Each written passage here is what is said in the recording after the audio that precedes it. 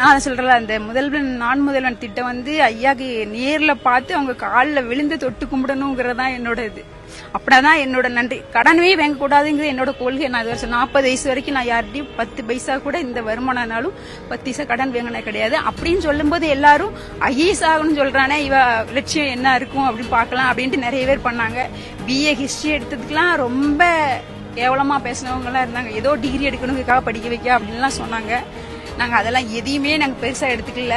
கூட பிறந்தவங்க, என்னோட கூட பிறந்தவங்க 4 பேர், ஒரு தம்பி, எல்லாருடைய போனையும் நாங்க 2 வருஷத்துக்கு பிளாக்ல போட்டோம். யாரும் எதுவும் சொல்லி என்னோட பையனை அக்செப்ட் பண்ணக்கூடாது, அவன் படிக்கிறது மட்டும்தான் இது அப்படின்ட்டு இதா பண்ணி ஒரு 2 வருஷமா ஒரு தவம் பண்ண மாதிரி குடும்பமே சேர்ந்து பண்ண மாதிரி கொண்டு வந்திருக்கேன்னா அதுக்கு உதவியா இருந்தது நான் முதல்வர் தான். நான் படிச்சது 8 தான். இப்போ இவனை படிக்க வச்சது முதல்வர் ஐயானா, என்ன படிக்க வச்சது கலைஞர் ஐயான்னு சொல்லலாம். ஏன்னா எங்க வீட்டுல 5 பேருனா 5 பேருமே 5ஆம் கிளாஸ் வரைக்கும் தான் படிச்சிருக்காங்க. அதுக்கு மேல குடும்ப சூழ்நிலையில படிக்க முடியாது.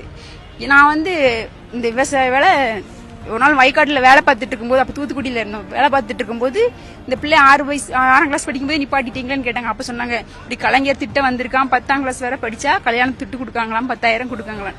மறுநாளே என்ன ஸ்கூல்ல கொண்டு போய் சேர்த்தாங்க. சேர்த்து நான் 8 வரைக்கும் படிக்க வச்சாங்க. அப்போ 8 படிச்சு நான் 30 வருஷத்துக்கு மட்டும் 8ஆம் கிளாஸ் படிச்சது டிகிரி முடிச்ச மாதிரி தான்.